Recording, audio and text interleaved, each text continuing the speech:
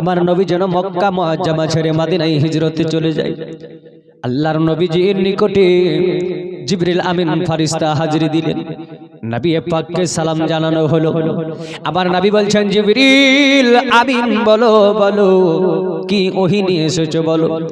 আবার নবীজিকে বলছেন, ইয়া রাসূলুল্লাহ, ইয়া হাবিবাল্লাহ, নবীজি আপনি আর দেরি করবেন না, আপনি তাড়াতাড়ি রওনা দিয়ে দিন মক্কা মুআজ্জামা ছেড়ে মদিনাতুল মুনাওয়ারায়। ইয়া রাসূলুল্লাহ, আপনাকে মারার জন্য আবু জাহেলের লোকেরা 1000 সৈন্য সামন্ত তারা আপনার বাড়ির চতুর সাইডকে ঘেরাও করেছে। ওগো নবীজি আপনি কোনো চিন্তা করবেন না, নবীজি আজকে আপনি যেন সোনার মদিনাতে রওনা দিয়ে দিবেন। তবে তারা আপনার বাড়ির ডানে বামে সামনে পেছনে চতুর সাইডে যারা দাঁড়িয়ে আছে গো নবীজি, আজকে তারা আজকে থাকার পর আপনি চলে যাবেন বলে কেমন করি। আমার নবীজিকে জিবরিল আমিন বলছে, ইয়া রাসূলুল্লাহ, নবীজি ইয়া হাবিবাল্লাহ, নবীজি আপনি কোনো চিন্তা করবেন না। পবিত্র কালামুল্লাহ কোরআন মাজিদে 22 নম্বর পারা সূরা ইয়াসিন নামে একটা সূরা রয়েছে। এই সূরা ইয়াসিনের একটি আয়াতখানা আপনি পড়ে নেবেন গো নবীজি। আর ওই আয়াতখানা পড়ে হাতির তালুর মধ্যে কিছু মাটির গোড়া নেওয়ার পর ও নবীজি গো ওই মাটিগুলা সম্মুখে ছিটিয়ে দেওয়ার দায়িত্ব হলো আপনার। আর কাফের বেদিনীদের চোখে ভরে দেওয়ার দায়িত্ব মহান আল্লাহ পাকের কুদরতের। জোরে বলেন সুবহানাল্লাহ। আমার নবীজি এই দেখেন বেরাদার মুআজ্জাজ সামাইন ইকরাম, ও দোস্ত বুজুর্গ আমার, আল্লাহর নবীজি সঙ্গে সঙ্গে হযরত আলী মুর্তজাকে ডাক দিয়ে বললেন, বলে আলী হাজিরি দিয়ে দাও। হযরতে আলীকে ডাক দিয়ে বলছেন, নবী আমার, বলে আলী আলী গো এই দেখো আমার বিছানাটা রয়েছে গো আলী। আলী মুর্তজা আমাকে মারবার জন্য কাফের বেদিনেরা আমার বাড়ির ডানে বামে সামনে পেছনে গো 1000-এর বেশি তারা কাফের ঘেরাও করে রেখেছে। তবে আলী গো এই দেখো আমার বিছানাটা দেখতে পাওয়া যায়। ওগো আলী আল মুর্তজা তুমি আমার বিছানায় ঘুমিয়ে যাবে। আলী গো তবে তোমাকে বলি শুনে নাও, এই দেখো আপনার আল্লাহর নবী পকেট থেকে কিছু টাকা বের করলেন। টাকা বের করে হযরতে আলীর হাতে দিলেন। পকেট থেকে একটা চিরকুট বের করে আল্লাহর নবী আমার ওই চিরকুটটাও হযরতে আলীর হাতে দিলেন। আর বললেন, বলে আলী গো ও আলী মুর্তজা আজকে আপনার কিনা যে টাকা পাবে সব চিঠির ভিতরে লেখা রয়েছে। ওগো আলী মুর্তজা আমার বিছানায় ঘুমিয়ে যাও, সকাল বেলায় যে টাকা পাবে তাকে টাকা দিয়ে তুমি সোনার মদিনায় চলে আসিও। জোরে বলেন সুবহানাল্লাহ। আজ যদি বাবা আপনাকে আমাকে বলা হতো আমাকে মারবার জন্য বাড়ির বাইরে 10 জন দাঁড়িয়ে আছে, আমার বিছানায় ঘুমিয়ে যাও, আমি পালিয়ে যাব, আচ্ছা বলেন তো আপনি আমি হলে কি ঘুমাতাম? বলেন ঘুমাতাম না। কেন ঘুমাতাম না? কারণ হলো জানের ভয় সকলের আছে না নাই? একটু জোরে কথা বলেন, আছে না নাই? আছে। কিন্তু আবার হযরত আলী মুর্তজা বলেন, আমার নবীজি চুখলাবে কি বললেন, এ আলী গো আমার বিছানায় ঘুমিয়ে যাও, সকাল বেলাতে তাকে টাকা পাবে সব চিরকুটের ভিতর লেখা রয়েছে, তাকে টাকা দিয়ে ওগো আলী তুমি মদিনাতুল মুনাওয়ারায় চলে আসবে। আলী বলেন, ওয়াল্লাহি আল্লাহর কসম করে বলি আল্লাহর নবী যখন আমাকে বলেছে আলী গো সকাল বেলা তুমি মদিনা রওনা দিবে, আলী মুর্তজা বলেন, আল্লাহি আল্লাহর কসম করে বলি কোন কাফের বেদিন আমার ক্ষতি করতে পারবে না। জোরে বলেন সুবহানাল্লাহ। কে নবী বলেন, হযরত আলী বিছানাটা আমার আছে খালি, আমার বিছানায় শুয়ে যাও, দরদে আমার গড়ায়া ইসলাম হিজরত করেন সোনার মদিনায়। নবী গো আমার গড়ায়া ইসলাম হিজরত করেন সোনার মদিনায়। নবী আব্দুল্লাহর পৃষ্ঠ হইতে মায়া বেলার শিখেমেতে জন্ম নিলেন নবী মক্কাতে, দরদে আমার গড়ায়া ইসলাম জাগিয়া আছেন সোনার মদিনায়, দরদে আমার গড়ায়া ইসলাম হিজরত হিজরত করেন সোনার মদিনায়।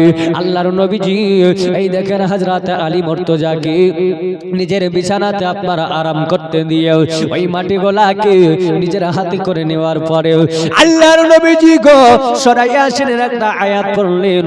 এই আয়াতখানা পড়ার পরে বেরাদারু আজকে মাটিগুলা সম্মুখে ছিটিয়ে দিলেন। সম্মুখে যে কাফের বেদিনেরা ছিল তাদের চোখেও মাটির গোড়া পড়ে গেল, দাঁড়িয়ে যারা ছিল তাদের চোখেও মাটির গোড়া পড়ে গেল, বামে যারা ছিল তাদের চোখেও মাটির গোড়া পড়ে গেল, পিছন দিকে যারা ছিল তাদের চোখেও মাটির গোড়া পড়ে গেল। তারা হাত থেকে তলোয়ারি খানা জামিনে গিথে দিয়ে আজকে তারা নিজের চোখটাকে কচলাইতে আরম্ভ করলো। আর তারা বলতে আরম্ভ করলো কি হলো, আজকে আমাদের চোখে কেন আবছা আবছা হয়ে গেল, চোখে কেন যারা জ্বলতো না শুরু হয়ে যায়।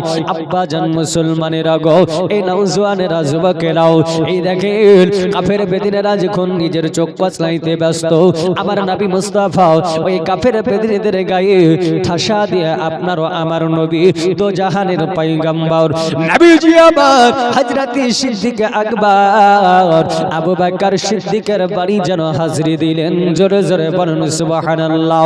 হাত উঁচু করে বলেন ইয়া রাসূলুল্লাহ, দুই হাত উঁচু করে বলেন ইয়া রাসূলুল্লাহ। আমার নবীজি হযরত সিদ্দিক আকবরের বাড়িতে আপনারা হাজিরি দিয়েছেন। ও বাবাজি গো, গভীর রাত্রিতে এই রাত্রিতে আবু বকরের বাড়িতে যাওয়ার পর আল্লাহর নবী একটা যেন বাবা দরওয়াজায় আওয়াজ করলেন।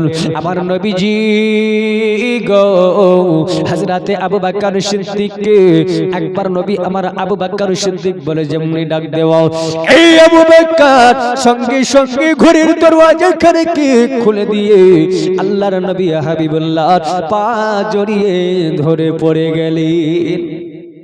গভীর রাত্রিতে নবী একবার দরওয়াজা আওয়াজ করলেন, একবার আবু বকর সিদ্দিক বলে ডাকলেন। আবু বকর সঙ্গে সঙ্গে ঘরের দরওয়াজা খুলে দিলেন। নবীজির পা মুবারককে জড়িয়ে ধরে কল্লোল করতে লাগলেন আর কেঁদে কেঁদে বলেছিলেন, ফিদাকা আবি উম্মি, ওগো নবীজি আপনার পদতলে আমার আব্বা মা কুরবান হয়ে যাক, ওগো নবীজি দয়া করে আপনি আমাকে ক্ষমা করে দিন। আল্লাহর নবী বললেন, আবু বকর বলো বলো আজকে কেন তুমি ক্ষমা চাইছো বলো। সঙ্গে সঙ্গে হযরতে সিদ্দিক আকবর রাদিয়াল্লাহু তাআলা আনহু আপনার বলতে আরম্ভ করলেন, বলে ওগো নবীজি আপনার কাছে এরই জন্য আমি ক্ষমা চাই গো নবী, আপনি আমার দরওয়াজাতে আওয়াজ করেছেন গো নবীজি, আমার ঘরের দরওয়াজাটা খুলতে একটু দেরি হলো। আমার নবী বললেন, আবু বকর সঙ্গে সঙ্গে তুমি দাঁড়িয়ে যাও। আবু বকর সিদ্দিক দাঁড়িয়ে গেল। আল্লাহর নবী জিজ্ঞাসা করছেন, বলে আবু বকর সিদ্দিক বলো, এই নিশিরাত্রিতে ও আবু বকর তোমাকে আমি একবার আবু বকর সিদ্দিক একবার বলে ডাক দিলাম, একবার দরওয়াজাতে আমি আওয়াজ করলাম, ওগো আবু বকর বলো বলো একই ডাকে কেমন করে সারা দিলে বলো গো আবু বকর, ঘরের দরওয়াজা কেমন করে খুললে বলো গো আবু বকর। আবু বকর সিদ্দিক বলেছিলেন, ইয়া রাসূলুল্লাহ নবীজি শুধু আজকে নয় মোটামুটি 6 মাস যাবত আমি আবু বকর বিছানায় কোনোদিন পিঠ দিয়ে ঘুমাই না। জোরে বলেন সুবহানাল্লাহ। 6 মাস ধরে বিছানায় পিঠ দিয়ে ঘুমাই না। 6 মাস বলতে আল্লাহর নবী যেই দিন বলেছিলেন, এই আবু বকর আমি নবীজির সঙ্গে তোমাকে হিজরতে যেতে হবে। কোথায় যেতে হবে একটু কথা বলেন, কোথায় যেতে হবে? মদিনায় হিজরতে যেতে হবে। ওই দিন থেকে নিয়ে আবু বকর সিদ্দিক গো আর কোনোদিন বিছানায় পিঠ দিয়ে ঘুমাই না। আমার নবী বলছেন, আবু বকর এ আবু বকর সিদ্দিক শোনো গো শোনো আবু বকর, আজকে আমার বাড়ির ডানে বামের সামনে পেছনে 1000 কাফির বেদিনেরা তারা রাস্তাকে আপনার কেনা ঘেরাও করেছে আমাকে মারবার জন্য। এ আবু বকর বকর সিদ্দিক যাও আজকে তোমার বড় বেটা আব্দুর রহমানকে বলে এসো, আজকে তোমার বিবিকে বলে এসো, আজকে তোমার মাকে বলে এসো, বাবাকে বলে এসো, যাও যাও আজকে তাদেরকে একবার তুমি বলে দাও আজকে আল্লাহর নবীর সঙ্গে মক্কা মুআজ্জামা ছেড়ে দিয়া মদিনা হিজরতে চলে যায়। আমার নবীজি গো যেমনি আবু বকর সিদ্দিক আকবরকে যেমনি বলে দেওয়া সঙ্গে সঙ্গে বেরাদার হযরতে আবু বকর সিদ্দিক রাদিয়াল্লাহু তাআলা আনহু গো এই দেখেন বাবা আমার ভাইরা যুবকেরা জওয়ানেরা হযরতে আবু বকর সিদ্দিক আল্লাহর নবীকে বলছেন ইয়া রাসূলুল্লাহ চলুন আর কাউকে বলা লাগবে না, কারণ আমি আমার বেটার চাইতে, আমি আমার বেটির চাইতে, আমি আমার বিবি বাচ্চার চাইতে, আমি আমার পিতা মাতার চাইতে ওগো নবীজি আমি আপনাকে বেশি ভালোবাসি। জোরে বলেন সুবহানাল্লাহ। সারা দুনিয়ার চাইতে ওগো নবীজি আমি আপনাকে বেশি মহব্বত করি, বেশি ভালোবাসি। আল্লাহর নবী হাবিবুল্লাহ বললেন আবু বকর তাহলে আর দেরি করিও না, দেরি করিও না, এখনই তুই আমার সঙ্গে মদিনাতুল মুনাওয়ারায় চলো। আবু বকরকে বললেন তোমার বেটা বেটি বিবি বাচ্চাকে বলিস। তিনি বললেন যে আমি বেটা বেটি সবারই চাইতে আমার জানের চাইতে আপনাকে বেশি ভালোবাসি, কাউকে বলে রাখবে না। নবীজি আমার আবু বকর সিদ্দিককে নিয়ে এই দেখেন হিজরতে যেতে আরম্ভ করল। রাস্তা দিয়ে চলে যায়, রাস্তা দিয়ে চলে যায়, যেতে যেতে মুআজ্জাজ ও বন্ধুগণ সোনা মানিকেরা আমার দোস্ত বুজুর্গ আমার হযরতে আবু বকর সিদ্দিক আকবর রাদিয়াল্লাহু তাআলা আনহু আমার নবীজি ডান দিকে যায়, নবীজির বাম দিকে যায়, নবীজির সম্মুখে যায়, নবীজির পিছন দিকে যায়। আমার নবী ডাক দিয়ে বলছেন বলে আবু বকর একবার তুমি আমার ডান দিকে যাও, একবার বাম দিকে যাও, একবার সম্মুখে একবার পেছনে। এই আবু বকর বলো কেন তুমি এমন করে বারবার ঘোরাঘুরি করো? আবু বকর বলে নবীজি ও মায়ার নবী গো আমি এরই জন্য ডান দিকে যাই, বাম দিকে যাই, সম্মুখে যাই, পিছনে যাই গো নবী, কারণ হলো এটাই আজকে আপনার জবান দ্বারাতে আমি শুনলাম আপনাকে মারবার জন্য আপনার বাড়ির ডানে বামে সামনে পেছনে 1000-এরও কাফের তারা ঘেরাও করে রেখেছে। ইয়া রাসূলুল্লাহ যখন তারা আপনাকে মারার জন্য আপনার বাড়ির দিকে রওনা দেবে, আপনার ঘরের ভিতর যখন প্রবেশ করবে তারা আপনাকে দেখতে পাবে না, পাবে না, তারা হয়তো আপনাকে না পাওয়ার কারণে ঝোপঝাড়ে জঙ্গলে আড়ালে আড়ালে 10টা 20টা করে তারা মানুষ বসে থাকতে পারে। আর ওই জঙ্গলের দিক থেকে ওগো নবীজি যদি তারা তীরগুলো মেরে দেয় ওই তীরটা আমি ডান দিকে এড়িয়ে জন্য যাই, যদি ডান দিকের জঙ্গল থেকে তীর মারে ওই তীরটা যেন ওগো নবীজি আপনাকে না লেগে আমি আবু বকরের কলেজায় গেঁথে যাই। জোরে বলেন সুবহানাল্লাহ। ইয়া রাসূলুল্লাহ যদি সম্মুখের দিক থেকে তারা তীর মারি ওই তীরটা আপনাকে না লেগে যেন আমি আবু বকরের কলিজাতে লেগে যাই, বাম দিক থেকে মারলে আমাকে লাগবে, ডান দিক থেকে মারলে আমাকে লাগবে, সম্মুখ থেকে মারলে আমাকে লাগবে, পিছন দিক থেকে মারলে আমাকে লাগবে। কারণ নবী গো আপনার জবান দ্বারাতে আমি একটা দিন শুনেছি আপনি বলেছেন বুখারী শরীফের মধ্যে হাদিসটা লিপিবদ্ধ, আল্লাহর নবী বলেন ইল্লা আন্নাহু লাইসা নবী বাদি। আল্লাহর নবী বললেন এই আমার সাহাবাগণেরা গো আমি হলাম শেষ জামানার আখির জামানার পয়গম্বর, আমি হলাম আখির জামানার নবী, আমার পরে আর নবী হয়ে কেউ দুনিয়াতে আগমন ঘটাইবে না। ওগো নবীজি আজকে যদি ওই তীরটা আমাকে না লেগে আপনাকে যদি তীরটা লেগে যায় কিয়ামতের ময়দানে আমি আল্লাহ পাকের দরবারে জবাব দিতে পারবো না। মহান আল্লাহ পাক আল্লাহ তাআলা আমাকে যখন জিজ্ঞাসা করবে বলে হে আবু বকর আজ তুমি থাকার পরও আমার নবীকে কেমন করে তীরের আঘাত লাগলো বলো? কারণ কিয়ামতের দিনে বিচারের দিনে যখন আমাকে জিজ্ঞাসা করবে হে আবু বকর বলো আজকে তুমি থাকার পরে আবার নবী মুস্তাফা কি কেমন করে তীরের আঘাত লাগলো। আবু বকর বলেন ওই দিন আমি জবাব দিতে পারবো না।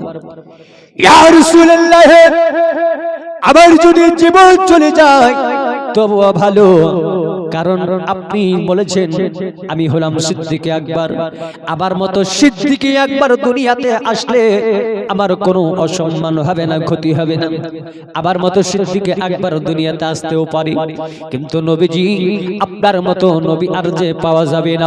আল্লাহর নবী গো, তার জন্য আমি বারবার আপনার চতুর্শাইন ঘোরাঘুরি করি। আল্লাহর নবীজি আবু বকর সিদ্দিককে নিয়ে এই দেখেন মদিনার দিকে রওনা দিতে লাগলেন, আর ওইদিকে হযরতে আলীকে আল্লাহর নবীর বিছানাতে আরাম করতে দেওয়া হয়েছিল তো নাকি? হ্যাঁ, হযরতে আলীকে কারো বিছানায় আরাম করতে দেওয়া হয়েছে? নবীজির বিছানায়। কথা একটু ধ্যান দিবেন। কাফের বেদিনেরা কিছুক্ষণ থাকার পর বলছে চল এবার মারবো আব্দুল্লাহর বেটা মুহাম্মদকে, এবার মারবো, চল চল। এই দেখেন নবীজিকে মারবার জন্য বাড়ির ভিতরে প্রবেশ করলো। দেখছেন যে আরাম করছে বিছানায়, চাদর মুড়ি দিয়ে, চাদরে ঢাকা। নবী আছে না আলী আছে এটা তাদের জানা নাই। হ্যাঁ, এখনো জানা নাই যে এখানে নবী আছে না আলী আছে। তারা বললো বলে এক কাজ কর, তালোয়ার চালিয়ে দে, তালোয়ার মেরে দে। তালোয়ার যদি লেগে যায় আব্দুল্লাহর বেটা দুনিয়া ছেড়ে সরে যাবে, আর ইসলামের কোনোদিন প্রচার হবে না। আম্মান কানা লা ইলাহা ইল্লাল্লাহ মুহাম্মাদুর রাসূলুল্লাহ ফাদাখালাল জান্নাহ, এই কালেমার প্রচার কেউ করতে পারবে না, কালেমার ডাঙ্কা বাজবে না, বাজবে না। এই বন্ধুগণ, এই দেখো তালোয়ার মারার জন্য রেডি হলো। একজন বলছে বলে থাম থাম, চাদরটা সরিয়ে নেব আর কোপটা মারবে, তাহলে কোপটা সরাসরি গিয়ে লাগবে। চাদরটা সরে নেব, কোপটা মেরে দিবি, তাহলে সঙ্গে সঙ্গে একেবারে আঘাতটা অ্যাকশনটা হয়ে যাবে। এই দেখুন বাবাও, এইবারে একজন ব্যক্তি পায়ের দিক থেকে চাদরটা ধরে টান দিল, আর একজন তলোয়ার তুলে নিয়েছে বেরাদার মারার জন্য। যেমনি চাদর টান দেওয়া তো দেখতে পাই আমার নবীজির বিছানায় শেরে খোদা আল্লাহর ওলি হযরতে আলী মুর্তজা আরাম করে। তারা বলল কি ব্যাপার, আজকে আল্লাহ নবীর বিছানাতে আলী মুর্তজা কেন আরাম করে? আজকে আব্দুল্লাহর বেটা মুহাম্মাদের বিছানাতে কেন আজকে আপনার হযরতে আলী আরাম করতে আছে? আলীকে ডাক দাও, আলীকে ডাকো। আলীকে আপনার যেন হিলাহিলি করতে লাগলো। আল্লাহর ওলি হযরতে আলী এত ঘুম চলে এসেছে, এত ঘুম চলে এসেছে, আলী মুর্তজাকে এত হিলাহিলি করে, আলী মুর্তজার ঘুম ভাঙে না। জোরে বলেন সুবহানাল্লাহ। আলী মুর্তজাকে কয়েকক্ষণ ধরে আপনার কিছু সময় ধরে আলীকে জাগরণ করা হলো। আলী জাগিয়ে যাও, আলী তুমি উঠে যাও। আলীকে আপনার কিনা অনেক গালিগালাজ করা হলো। কাফের বেদিনেরাও অনেক গালিগালাজ করলো। গালিগালাজ করার পর কিছুক্ষণ পর হযরত আলী মুর্তজা যেন ঘুম থেকে জাগ্রত হলো। আলীকে জিজ্ঞাসা করা হলো, এ আলী বলো বলো, আল্লাহর নবীর বিছানা তুমি আরাম করো, তাহলে আল্লাহর নবী হাবিবুল্লাহ আব্দুল্লাহর বেটা আমিনার লাল কোথায় বলো বলো? আব্বা গো যেমনি বলে দেওয়া সুবহানাল্লাহ সুবহানাল্লাহ বিহামদিহি। আমার হযরত আলী বলছেন শোন রে শোনো, ওয়াল্লাহি আল্লাহর কসম করে বলি আমার নবীজি মক্কা মুআজ্জামা ছেড়ে মদিনায় হিজরাতে চলে গিয়েছেন। জোরে বলেন সুবহানাল্লাহ। আলী বলছেন আমি জিন্দেগিতে কোনদিন মিথ্যা বলিনি, আজও আমি আলী আল মুর্তজা জিন্দেগিতে মিথ্যা বলিনি, আজও বলবো না। আমার নবী মুস্তাফা সোনার মদিনাতুল মুনাওয়ারায় চলে গেছে। আল্লাহর নবীকে মারার জন্য এই দেখেন পিছন ধরে নিল। আল্লাহর নবীকে মারবো এই বলে তারা পিছন ধরে নিল। কিন্তু বিরাদার রাখে আল্লাহ মারে কে? মারে আল্লাহ রাখে কে? আল্লাহ পাক আল্লাহ তাআলা পবিত্র কালামুল্লাহ কোরআনুল মাজিদ পারা নাম্বার 2 এর ভিতরে আমার আল্লাহ পাক আল্লাহ তাআলা বলেন অত ইজ্জু মান তাসা ওয়া তুজিল্লু মান তাসা বিআদিকাল খায়র। আমার আল্লাহ বলে শোনো, ইজ্জতের মালিক হলাম আমি আল্লাহ, জিল্লাতের মালিক হলাম আমি আল্লাহ। আমি আল্লাহ ইচ্ছা করলে বাদশাকে ফকির বানিয়ে দিতে পারি, ফকিরকে বাদশা বানিয়ে দিতে পারেন না? পারেন না? একটু জোরে বলেন, পারেন না? পারেন না? পারেন। এই মুসলমান দোস্ত বুজুর্গ আমার, বিশ্ব নবীজি হাবিবুল্লাহ সাল্লাল্লাহু তাআলা আলাইহি ওয়াসাল্লাম নবী আমার, এই দেখেন আবু বকরকে নিয়ে রওনা দিয়ে দাও, কাফের বেদিনেরা পিছন ধরে নিল। আমার নবীজি আপনার যেন চলে যায়, আবু বকর সিদ্দিক ডাক দিয়ে বলছেন, বলে নবীজি আপনি একটু দাঁড়িয়ে যান, দাঁড়িয়ে যান গো নবীজি। আল্লাহর নবীজি বলতে আরম্ভ করলেন, বলে হে আবু বকর বলো কি এমন বলতে চাও, একবার তুমি বলে দাও। বলে নবী গো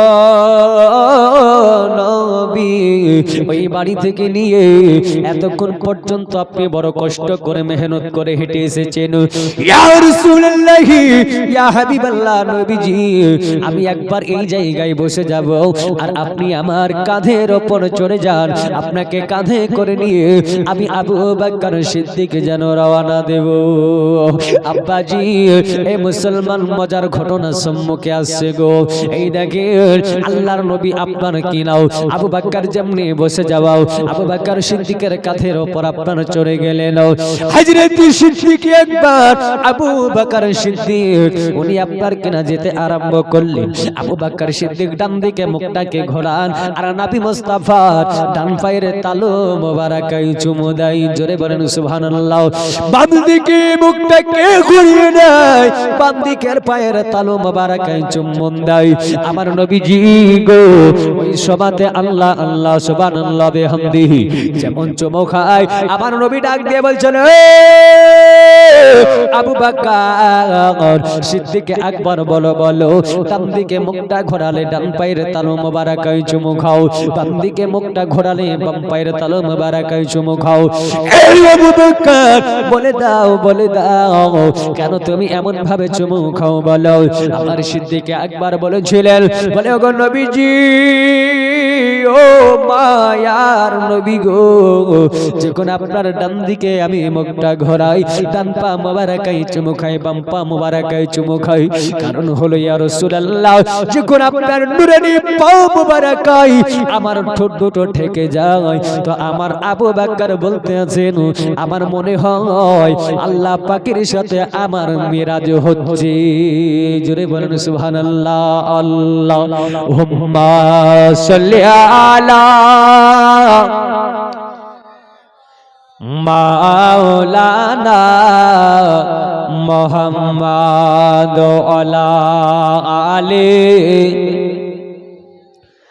মাওলানা মুহাম্মাদ সাল্লি আলা মুহাম্মাদিন সাল্লি আলা মুহাম্মাদ হরদম জবান পাক নামে মুহাম্মাদ হরদম জবান সেনে কালো শফিআনা মুহাম্মাদ মায়ের কান্দন জবদ জীব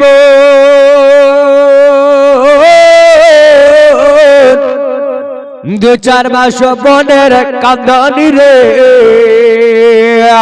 ওরে ঘরের পুরি বাইরের কান্দন একদিন পর থাকে না, দুঃখের দরদে আমার জনম দুঃখী মা, গর্বন্ধা রনি মা জনম দুঃখী মা, দুঃখের দরদে আমার জনম দুঃখী মা, এ মায়ের কান্দন জবদ জীব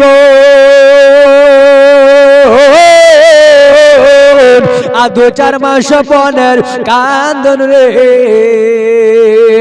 ওর ঘরের কান্দন বাইরের পড়ে কয়েকদিন পর থাকে না দুঃখের দরদে আমার জনম দুঃখী মা গর্বন্ধ রনে মা জনম দুঃখী মা দুঃখের দরদে আমার জনম দুঃখী মা ওরে 10 মাস 10 দিন মায়ে গর্ভে দিয়া ঠাই রক্ত মাংস খাইয়া মায়ের ভাবে আইলাম ভাই ভূমিষ্ঠ হইয়া আমি উঠিলাম কান্দিয়া শান্ত করিল মায়ের বুকের দুধ দিয়া আবার মা জননের প্রসব কালে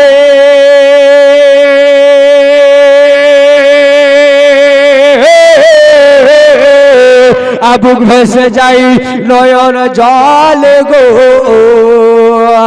আবার মা জননীর প্রসব কালে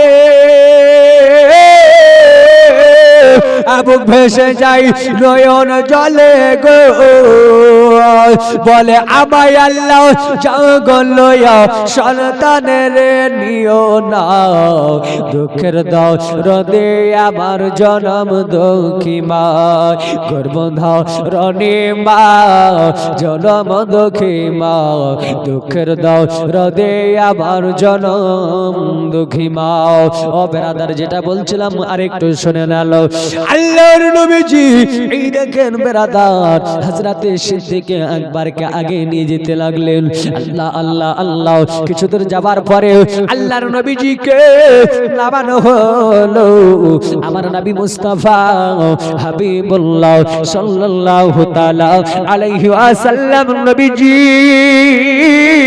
কে গো আমার আবু বকর সিদ্দিক ডাক দিয়ে বলছেন ইয়া রাসূলুল্লাহ আপনি অনেক পরেশান হয়ে গিয়েছেন ওগো নবীজি আপনি একবার আমার এই জায়গাতে একটু আরাম করে নেন গাছের ছায়ার তলে আল্লাহর নবী ওই দেখেন গাছের ছায়ার তলে আরাম করতে লাগলেন হঠাৎ করে সিদ্দিক একবার আবু বকর সিদ্দিকের কানে যেন ওই কাফের বেদিনীদের ঘোড়ার পায়ের আওয়াজ শোনা যায় কাফের বেদিনীদের ঘোড়ার পায়ের আওয়াজ শুনতে পায় সঙ্গে সঙ্গে আবু বকর সিদ্দিক আমার নবীজিকে ডাক দিয়ে বলতে আছেন বলে গো নবীজি ওই দেখেন কাফেররা এলো বলে তাদের পায়ের ঘোড়ার পায়ের আওয়াজ শোনা যায় আল্লাহর নবী বললেন আবু বকর যদি তারা আমাদের এই জায়গায় ধরে ফেলে ইসলাম নিতে যাবে ওগো আবু বকর সিদ্দিক একবার আর দেরি করা যাবে না আবার হযরতে আবু বকর সিদ্দিক রাদিয়াল্লাহু তাআলা আনহু বলেন নবীজি ওই দেখেন একটা সুর দেখতে পাওয়া যায় একটা গুহা যার নাম হলো গারে সুর ওই গারে সুরের ভিতরে আমরা একটু আরাম করব কাফের বেদিনেরা চলে গেলে আবার আমরা বের হয়ে মদিনাতুল মুনাওয়ারায় যেন রওনা দেব আল্লাহর নবীকে নিয়া আবু বকর সিদ্দিক ওই গারে সুরের নিকটে আসলেন এই বেরাদার আল্লাহর নবীজি ওই দেখুন বেরাদার মুআজ্জাজ সামাইনি کرام গারে সুরে যখন আপনারা প্রবেশ করতে যাবে আবু বকর আল্লাহর নবীকে ডাক দিয়ে বলছেন গো দয়ার নবীজি আমার বিশ্ব নবীজি আমার মায়ার নবীজি রাহমাতুল লিল আলামিন নবী গো আপনি একটু বাইরে অপেক্ষা করুন আমি আবু বকর এই গুহাটাকে একবার ভালো করে দেখে নি এই গুহার ভিতরে কোন প্রাণী ভরা আছে কিনা কোন ভাগ ভাল্লুক আছে কিনা এই গুহার ভিতরে কোন নবীজি কোন সাপ আছে কিনা আমি একবার যেন দেখে নি আল্লাহ আল্লাহ সুবহানাল্লাহ আপনার নবীজিকে বাইরে রেখে দিয়ে আবু বকর সিদ্দিক ভিতরে প্রবেশ করলেন কোন আপনার কোন জন্তু জানোয়ারের আভাস পেল না কোন সাপের আভাস পেলেন না আব্বা জান মুসলমানেরা গো আমার বিশ্ব নবী হাবিবুল্লাহকে আবারও ডাক দেওয়া হলো ইয়া রাসূলুল্লাহ ইয়া হাবিবাল্লাহ নবী গো একটু দাঁড়ান এই গুহাটা আপনার একটুবার পরিষ্কার পরিচ্ছন্ন করে নি আল্লাহর নবী বাইরে দাঁড়িয়ে আছে আবু বকর সিদ্দিক ভিতরে এই গুহাকে আপনার কেনা পরিষ্কার পরিচ্ছন্ন করলেন আল্লাহর নবীজিকে ভিতরে ডাক দেওয়া হলো কিন্তু মুআজ্জাজ সামাইনি کرام এই গুহার ভিতরে হযরতে আবু বকর সিদ্দিক পরিষ্কার পরিচ্ছন্ন করতে গিয়ে সাতখানা যেন বাবা ছিদ্র পেয়ে গেল কয়খানা বললাম সাতটা ছিদ্র পেল, মানে গর্ত পেল, সাতখানা ছিদ্র। আবু বকরের মাথায় ছিল পাগড়ি গো, এই পাগড়িকে আপনার খুলে ফেলা হলো, সাতটা টুকরো করা হলো। কারণ আবু বকর সিদ্দিক বলেন, এই গর্ত দিয়ে যদি কোনো সরস্বতী প্রাণী সাপ চলে আসে, আর ওই সাপ যদি আল্লাহর নবীকে দংশন করে দেয়, আমি কিয়ামতের দিনে আল্লাহর নবীর কাজকে সাপে যদি দংশন করে, আমি আল্লাহ পাক রব্বুল আলামিনের দরবারে জবাব দিতে পারবো না। আব্বাজান মুসলমান, আল্লাহর নবীজি আমার রাহমাতুল লিল আলামিন পয়গম্বর, আল্লাহ আল্লাহ আল্লাহ যখন ভিতরে প্রবেশ করে যাওয়া আবু বকর সিদ্দিক ওই ছিদ্র সাতটাকে বন্ধ করতে আরম্ভ করে দেয়। আবু বকর সিদ্দিক ছিদ্রগুলোকে আল্লাহ আল্লাহ বন্ধ করতে লাগলেন। 1 2 3 4 5 6টাই হলো, কিন্তু 7 নম্বরে আবু বকরের ওই ছিদ্রখানা আর যেন বন্ধ হয় না। আমার বন্ধুরে, আবু বকর সিদ্দিক রাদিয়াল্লাহু তাআলা আনহু 7 নম্বর ছিদ্র যখন বন্ধ করতে পারেন না, এই আবু বকর 7 নম্বরে ছিদ্রটাতে গো নিজের পায়ের গোল্লালি টান দিয়ে দিয়েছে।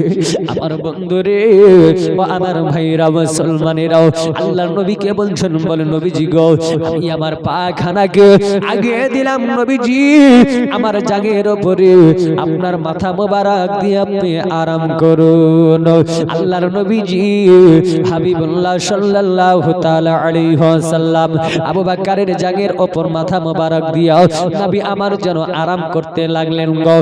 এই আবু বকর হঠাৎ করে গাড়ি সুরের গুহার দিকে তাকাতে আরম্ভ করলেন, মুখের দিকে দেখতে পাওয়া যায় ওই মুখটা আলগা হয়ে আছে। আবু বকর সিদ্দিক চিন্তা করেন, আল্লাহ এই গুহা দিয়ে যদি এখনই আপনার কাফের বেদিনেরা ঢুকে যায়, আমাদেরকে এখানে ধ্বংস করে দেবে, শেষ করে দেবে। হঠাৎ করে চিন্তা ভাবনা করতে করতে হঠাৎ একটা মাকড়সা চলে এলো। এই মাকড়সাটা আসার পরে সুন্দর করে জাল বানাতে আরম্ভ করলো। জাল যখন বাবা বানানো হয়ে যায়, ওই সময় একটা কবিতর পাখি এলো আর জালের উপর আপনার কিনা ডিম পেড়ে দিল। আব্বাজি মুসলমানেরা, এবার কাফের বেদিনেরা আসলে আর বোঝা যায় না, এমন একটা জাল বানিয়ে দিল আজকে ভিতর থেকে বাহির দেখা যায়, কিন্তু বাহির থেকে ভিতর দেখা যায় না। জোরে বলেন সুবহানাল্লাহ। এ নবী ছাড়া আল্লাহ পাবি না, আহারে দিওয়ানা, নবী ছাড়া খোদা পাবি না। জোরে বলেন সুবহানাল্লাহ। হাত উঁচু করে বলেন তো ইয়া রাসূলুল্লাহ, কে নবী ছাড়া খোদা পাবি না, আহারে দিওয়ানা, নবী ছাড়া আল্লাহ পাবি না। কে হযরত জিবরিল বলেন, আর নবীর দারে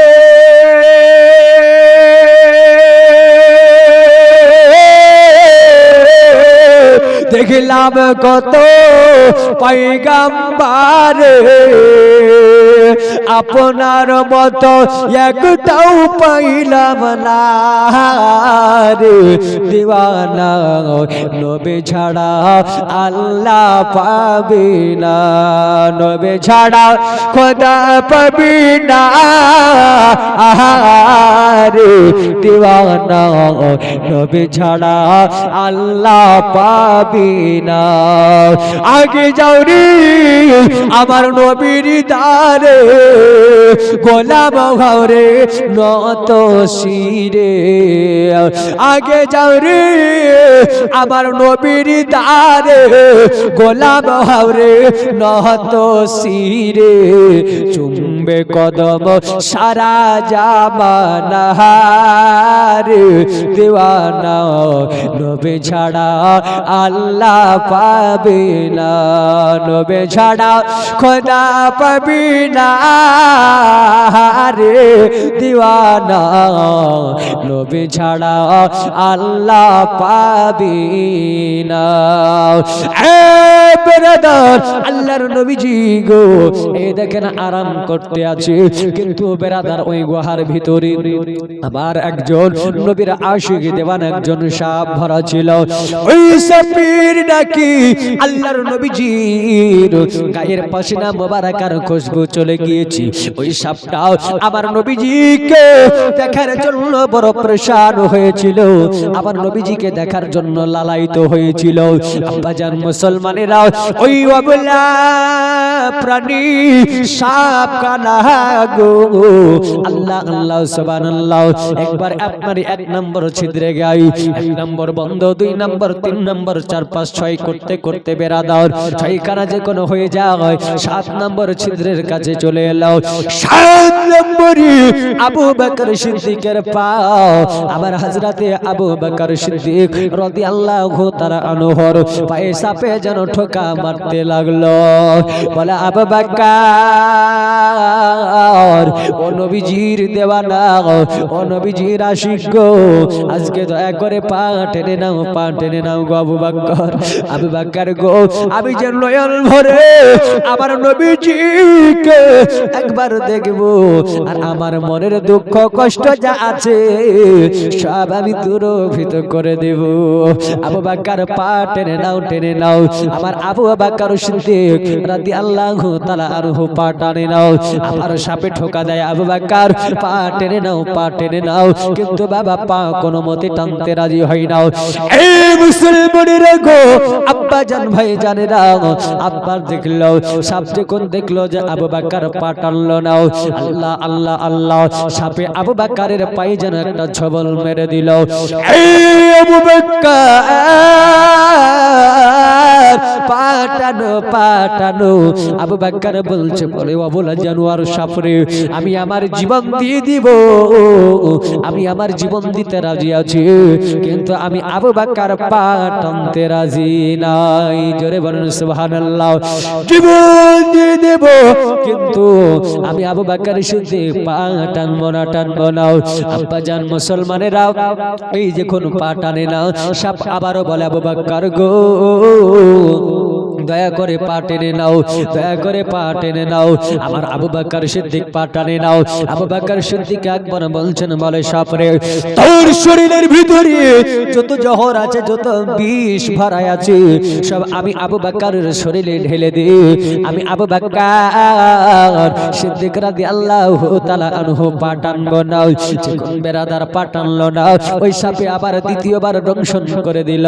যেমনি দংশন করে দেওয়া আবু বকরের সারা শরীর যেন বিষে জর্জরিত হয়ে গেল, শরীর যেন সবুজ হতে আরম্ভ করে দিয়েছে। আল্লাহ আল্লাহ আল্লাহ, আবু বকর তার যেন হালকমটা আপনার শুকিয়ে যেতে আরম্ভ করেছে।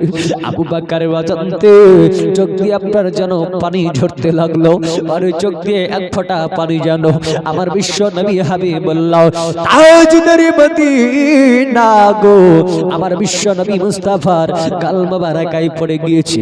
আমার নবীজি সঙ্গে সঙ্গে বলছেন বলে আবু বকর আজকে কি তোমার বেটার কথা মনে পড়েছে গো আবু বকর? ও আবু বকর আজকে কি তোমার বেটির কথা মনে পড়েছে গো আবু বকর? এই আবু বকর আজকে বলো বলো গো, আজকে কি তোমার ঘর বাড়ির কথা মনে পড়েছে আবু বকর? আবু বকর সিদ্দিক বলে ইয়া রাসূলুল্লাহ আজকে আমার বেটার কথা মনে পড়ে নাই গো নবীজি, আজকে আমার বেটির কথা মনে পড়ে নাই, আজকে আমার বিবির কথা মনে পড়ে নাই, আজকে মা বাবা কারোর কথা মনে পড়ে নাই গো নবীজি। আমার নবী বলছেন আবু বকর তাহলে তুমি কেন কন্দন করতে আছো বলো? আমার আবু বকর সিদ্দিক বলতেছেন বলে নবীজি গো আজকে আমি এরই কারণে কান্না করি ইয়া রাসূলুল্লাহ, আমাকে সাপে দংশন করেছে। কারো কথা মনে পড়ে নাই, আমাকে সাপে দংশন করেছে। আল্লাহর নবীজি আবু বকরকে জিজ্ঞাসা করলেন হে আবু বকর বলো কোথায় দংশন করেছে? বলে নবীজি পায়ের গোল্লালিতে। আমার নবী বলছেন আবু বকর সিদ্দিক পা টেনে নাও। আবু বকর বলে নবী গো জীবন দিয়ে দেব তবুও পা টানবো না। জোরে বলেন সুবহানাল্লাহ। মুহাব্বত কাকে বলে? জীবন দিয়ে দেব নবীজি, তবুও আমি আবু বকর পা টানবো না। আমার নবী বলছেন, আবু বকর কেন তুমি পা টানবে না, বলো বলো। বলে নবীজি গো, এর কারণে আমি পা টানবো না। আজকে যদি আমি পা টেনে নিই গো নবীজি, তাহলে ওই কাফের আপনার বলা হয়েছে ওই সাপটা বের হয়ে আসার পর আপনাকে দংশন করে নেবে। আর আপনাকে যদি দংশন করে দেয় গো নবীজি, আমি আল্লাহ পাকের দরবারে মুখ দেখাইতে পারবো না। আমার নবী বলছেন, আবু বকর পা টেনে নাও, পা টেনে নাও। নবী আবার আবু বকরকে জোরে করে একটা ধমক দিলেন। সঙ্গে সঙ্গে আবু বকর সিদ্দিক পা যেন বাবা টেনে নিলেন। টেনে টেনে নেওয়া। আমার নবী বলছেন, আবু বকর দেখি তোমার কোন জায়গায় কেটেছে, একটা বার দেখাও। সাপে কোন জায়গায় দংশন করেছো আবু বকর? আবু বকর সিদ্দিক নিজের পাটা আগিয়ে দিয়ে বলছেন, নবী এই জায়গায় পৃথিবীর জমিনে কোন মায়ের লাল এখনো জন্মগ্রহণ করেনি, আর করবেও না। পৃথিবীর জমিনে কোন ডাক্তার এমন হতে পারেনি, পৃথিবীর জমিনে কোন বৈজ্ঞানিক এমন হতে পারেনি, পৃথিবীর জমিনে কোন সায়েন্সিক এমন হতে পারেনি, পৃথিবীর জমিনে কোন ট্রিটমেন্ট এমন হতে পারেনি। আমার নবী মুস্তাফা হাবিবুল্লাহ সঙ্গে সঙ্গে করে নিজের লালা মোবারক নিয়ে নিলেন।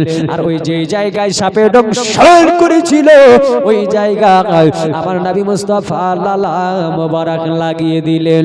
ওয়াল্লাহি আল্লাহর কসম করে বলি গো, লালা মোবারক ফতো মোবারক লাগাতে যতটা সময় না লাগলো, তার পূর্বে বিষ যেন পানি হয়ে গেল।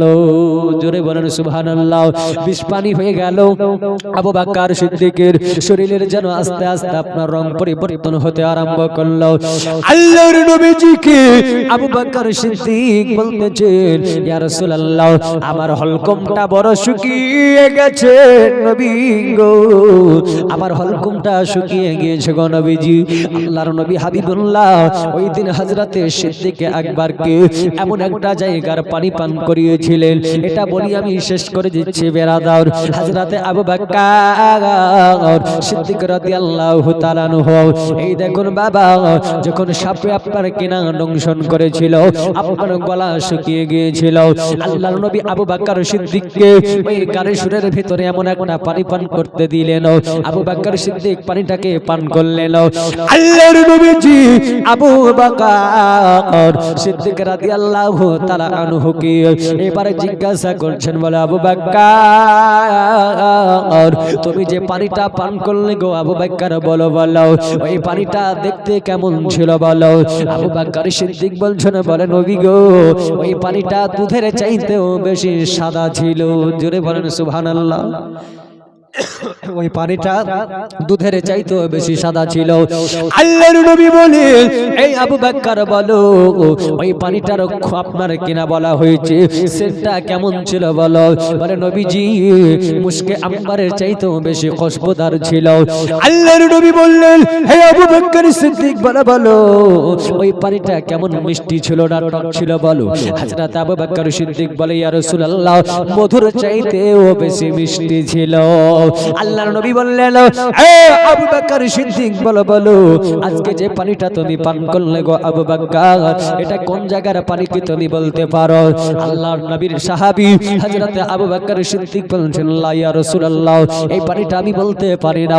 আমার নবী বলেন, আবু বকর গো আবু বকর এটা আজকে কোন আপনার ইনারার পানি নয়, এটা আজকে আপনার ভারতবর্ষের কোন পুকুরের পানি নয়, এটা ভারতবর্ষের কোন নলকূপের পানি নয়, এটা ভারতবর্ষের কোন ফিল্টারের পানি নয়, এটা আজকে কোন সাগরের পানি নয়, এটা কোন সমুদ্রের পানি নয়, এটা আপনার আজকে বলা হয়েছে জমজমের পানি নয়। তাহলে নবীজি এই পানিটা কোন জায়গাকার পানি?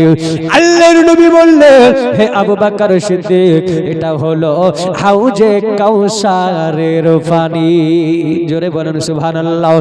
এই পানি যদি একবার কেউ পান করে না, কিয়ামতের সকাল পর্যন্ত তাকে আর কোনদিন পিপাসা লাগবে না। নবী উম্মতের মায়ায় এখনো কেঁদে যায়, ওই না সোনার মদিনায় দয়াল নবী গো আমার মায়ার নবী গো আমার আমার আমরা যাব যাব সেথায় যেথায় আছেন দয়াল নবী মুস্তাফায় যেথায় আছেন মায়ার নবী মুস্তাফায় আরব শহরে মক্কা নগরে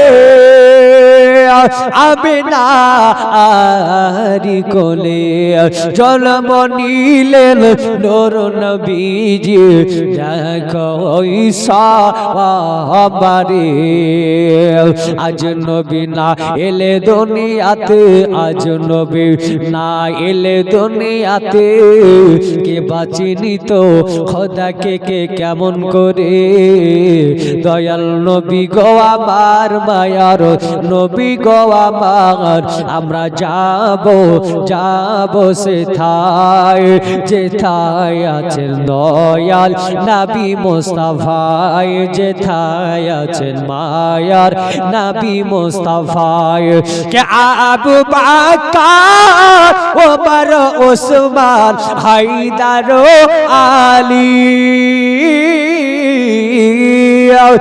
আবু বকর ওমর ওসমান হায়দার আলী নবীর প্রেমে পাগল হয়ে নবীর প্রেমে পাগল হয়ে তারা হলো জান্নাতি আজ নবী না এলে ধরা নবী না এলে ধরা আধারে ডুবিত সবই দয়াল নবী গো আমার মায়ার নবী গো আমার আমরা যাব যাব সেথায় যেথায় আছে দয়াল নবী মুস্তাফায় যেথায় আছেন মায়ার নবী মুস্তাফায় কত আশিক দেওয়ানা তোমার আছে ভারত দেশে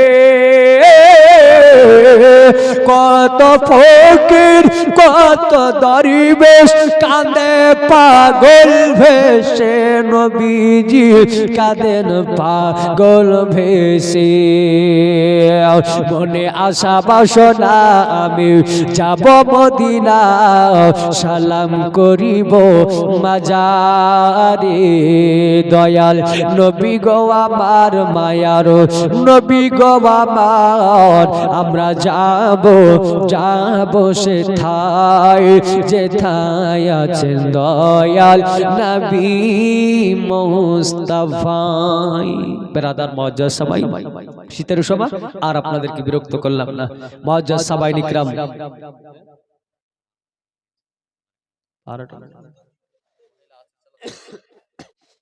সব ঘুমাচ্ছে সব ঘুমাচ্ছে একটু আগে এসেন সম্মুখে চলে আসেন একবার দুরূদ শরীফ পড়ে আল্লাহুম্মা সাল্লি আলা সাইয়্যিদিনা মাওলানা মুহাম্মদ ওয়া আলা আলিহি মাওলানা মুহাম্মদ সাল্লি আলা মুহাম্মাদিন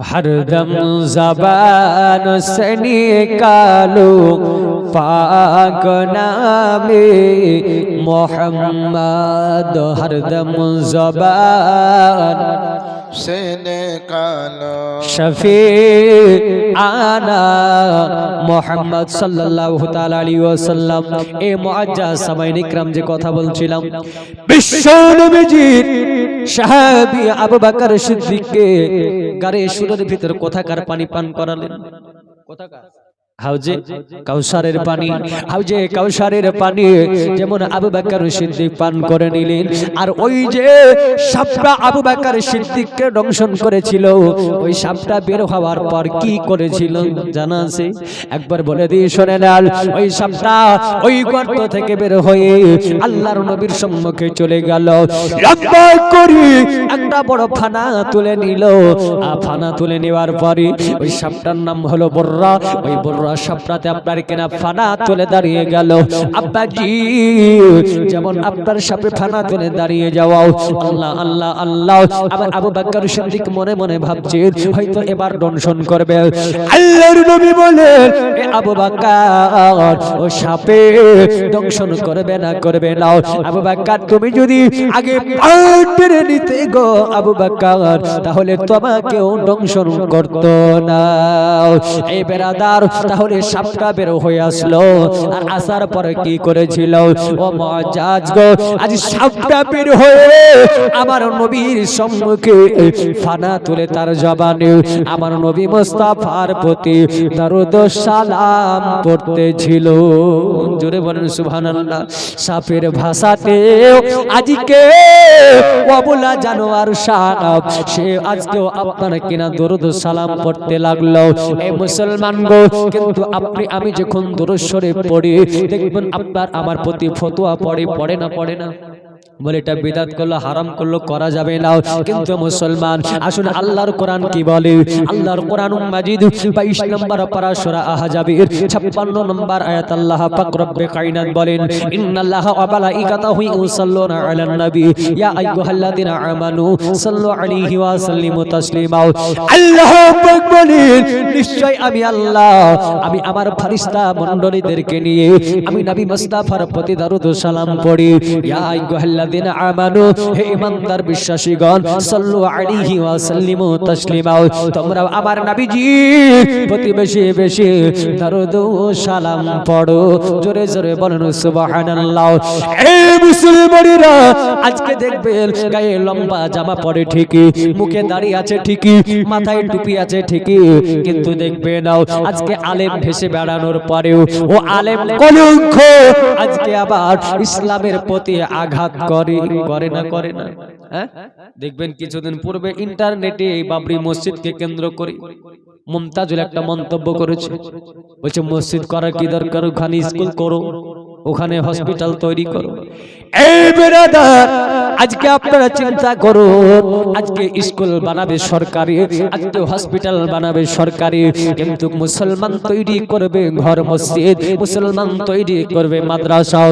এই মুসলমান আজকে একজন আলিম দাবি করার পর, একজন মুসলমান দাবি করার পর, আজকে খোদার ঘর বাবরি মসজিদের বিরুদ্ধে যে ব্যক্তিটা কথা বলল, আজকে চিন্তা করে রাখবেন, এটাই মাথায় রাখবেন যে খোদার ঘরে বাবরিকে তৈরি করতে নিষেধ করে ও ব্যক্তির ঈমানের ত্রুটি আছে না নাই? ও ব্যক্তির ঈমানের ত্রুটি আছে। বলবেন বলে কেমন করে? বলে হ্যাঁ, অবশ্যই তার ঈমানের ত্রুটি আছে। আল্লাহর নবী পাক সাহিবুল আউলাম সাল্লাল্লাহু আলাইহি ওয়াসাল্লাম বলেছেন, এ আমার আজকে আপনার কিলাও নবীজি জানিয়ে দিয়েছেন, কেউ যদি মসজিদ তৈরি করে আর ওই মসজিদে যদি নামাজ আবাদ হয়, ওই মসজিদ যদি আবাদ হয়, তো মসজিদ কিয়ামত পর্যন্ত থাকবে। কিয়ামত পর্যন্ত ওই মসজিদ নির্মাণ করাতে যারা যারা সহযোগিতা করবে তারা নেকি পেতে থাকবে। থাকবে না? থাকবে না? থাকবে। এবং আল্লাহর নবী বলেন, আল মসজিদু ফিল বাইতি রিয়াজিল জান্নাহ, মসজিদ হলো আল্লাহ পাকের একটা রিয়াজুল জান্নাতের বাগান, অর্থাৎ মসজিদকে আল্লাহ পাকের জান্নাত বলা হয়েছে। এই মুসলমান গো, আজকে এই মসজিদ তৈরি করাতে বাধা দিচ্ছে। তবে একটা জিনিস মাথায় রাখবেন, আল্লাহর নবী বলেছেন, শোনো, যে ব্যক্তিটা আবার আল্লাহর নবীর কথাকে অমান্য করলো, ভালো করে লক্ষ্য করে দেখবে ওর আব্বার যেন ত্রুটি রয়েছে। বলে কেমন করে? বলে নবী মুস্তাফার কথা কি যে ব্যক্তি অস্বীকার করলো, আবার নবী মুস্তাফার কথা কি যে ব্যক্তি অমান্য করে নিল, ওর ব্যক্তির আপনার আল্লাহর নবী বলতেছেন তার জন্মের দোষ আছে। বলবেন এটা আবার কেমন কথা? আল্লাহর নবী একদিন মসজিদে নববীতে বক্তব্য দিতে আরম্ভ করলেন। হঠাৎ করে এই বেরাদার মুআজ্জাজ সাহাবায়ে ইকরাম একজন ব্যক্তি দাঁড়িয়ে গেল। দাঁড়ানোর পরে আজকে আপনারা বলতে আছে, বলে আপনার এই সিদ্ধান্তটা মানা যাবে না। আল্লাহর নবী বললেন, ওই ওয়ালিদ বিন মুগীরা, আজকে ওয়ালিদ যাও, তোমার আজকে তোমাকে বলে দিলাম তোমার জন্মের দোষ রয়েছে, তোমার মাকে গিয়ে জিজ্ঞাসা করো।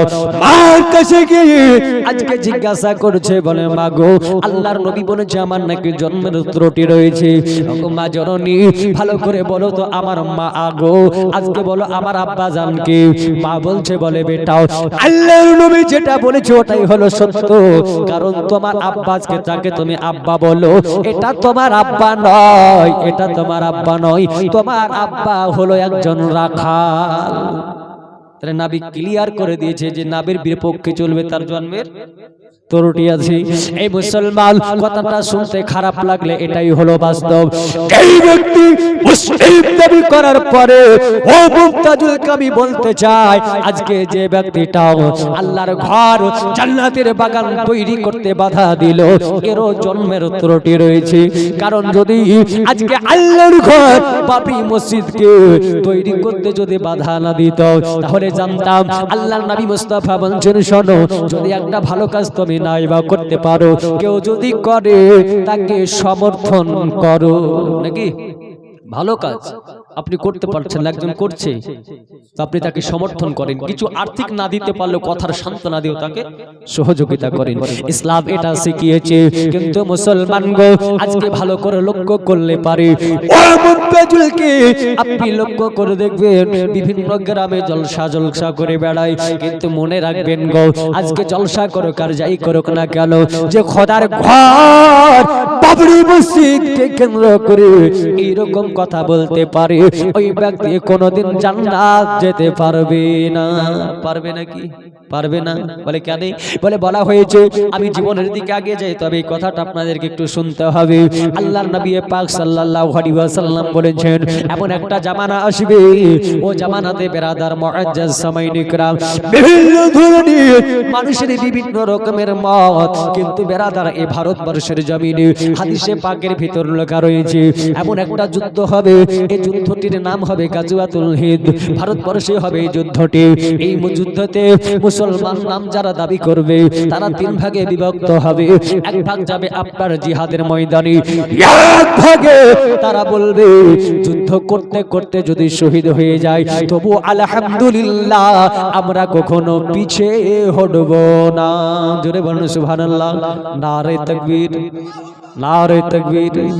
আল্লাহর নবীজি বলে একদল তারা বলবে জান লাগলে জান দেব, মান লাগলে মান দেব, ধন লাগলে ধন দেব, সম্পদ লাগলে সম্পদ দেব, কিন্তু পিছনে হটে যাব না। আর এক শ্রেণীর মানুষ হবে তারা দেখবেন মসজিদে মসজিদে যাবে, আর যাওয়ার পরে বলবে এই বিশ্বের মানুষেরা গো ছোট ঝামেলাতে করতে হবে না, তোমরা নামাজ পড়ো নামাজ পড়ো নামাজ পড়ো, এটা বলবে। আর এক শ্রেণীর মানুষ তারা কেমন হবে?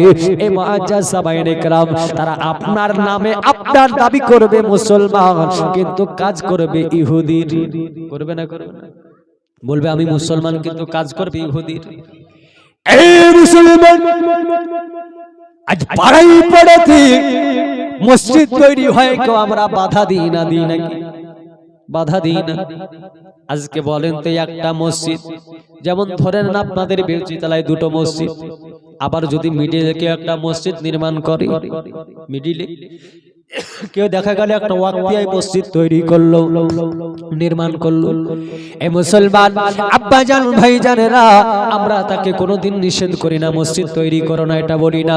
কিন্তু মুসলমান গো আজকে যে মসজিদের জন্য বাবরি মসজিদের জন্য মানুষের বড় আক্ষেপ ছিল, মানুষের মনে বড় একটা কষ্ট চাপা ছিল, আজ লক্ষ্য করে দেখতে পাওয়া যায় প্রায়টা প্রত্যেকটা দিন 6 তারিখ থেকে নিয়ে এই পর্যন্ত প্রত্যেকটা দিন গিয়েছি, ওই জায়গায় দেখতে পাওয়া যায় কত বাপ্পা যান কত মা জননী কত কত দূর থেকে আসার পরে ওই বাবরি মসজিদ যে এই জায়গায় নির্মাণ করা হবে, ওই ইটের দেওয়াল ধরে চোখের পানি ঝরে কান্দে। আজ খোদার ঘর মসজিদ 33 বছর ধরে জালিমদের অত্যাচারের থাকার পরে আবার নতুন করে খোদার ঘর বাবরি মসজিদ নির্মাণ হবে, আনন্দে চোখ দিয়ে জল বেরিয়ে যায়। কখন একটা মুসলমান হয়ে মসজিদের বিপক্ষে কথা বলবে না, কিন্তু মুসলমান গো আব্বা জান ভাই ভাইজানেরাও আবার এখন নতুন করে স্লোগান দিচ্ছে, আবার এখন নতুন করে সুর তুলছে। আমি কোনো পার্টির কথা বলতে চাই না, আমি কোনো রাজনৈতিক কথা বলতে চাই না। আব্বাজান মুসলমান, বর্তমানের সঙ্গে হাদিসের মিলটা আপনাকে বোঝানোর জন্য বলছি গো। আজকে আপনার দেখতে পাওয়া যায় বিভিন্ন দিক থেকে বিভিন্ন রকমের সুর তুলছে, বলে মসজিদ হবে কি তার কোনো ঠিক ঠিকানা নাই, ভোট নেওয়ার জন্য করে এটা বলছে। একটা কথায় মাথায় রাখবেন, অনেকে বলে যে আজকে চিলে কান নিয়ে গেল, কানে না হাত দিয়ে চিলের দিকে তাকালে চলবে না। আল্লাহর ঘর মসজিদ বাবরি, আল্লাহ পাক কোরআনে কারীমের ভিতরে বলেন ইন্নাল্লাহা মা'আস সাবিরিন, তোমরা ধৈর্য ধারণ করো, তোমরা সবর করো। যারা সবর করে ধৈর্য ধারণ করে তাদের পক্ষে আমি আল্লাহ হয়ে যাই। জোরে বলেন সুবহানাল্লাহ। এ মুসলমানেরাও, আমার বন্ধুগণ, যে কথা আলোচনা করছিলাম আসুন আর একটু আগিয়ে নিয়ে যাই। সামটা আমার নবীজি প্রতি দরুদ ও সালাম পড়তে আরম্ভ করলো, নবীজির প্রতি দরুদ ও সালাম পড়তে আরম্ভ করলো। এই মুসলমানেরা গো, আবার আব্বাজান ভাইজানেরাও, আজকে আল্লাহ আল্লাহ সুবহানাল্লাহ বিহামদিহি, আজকে এই দেখেন বেরাদার সামটা দরুদ শরীফ পড়ে নিল, আল্লাহর নবীর দিদার করে নিল। কাফের বেদিনীরা চলে যাওয়ার পরে ওই গুহা থেকে বের হয়ে নবী মদিনাতুল মানওয়ারা আল্লাহ আল্লাহ রওনা দিল।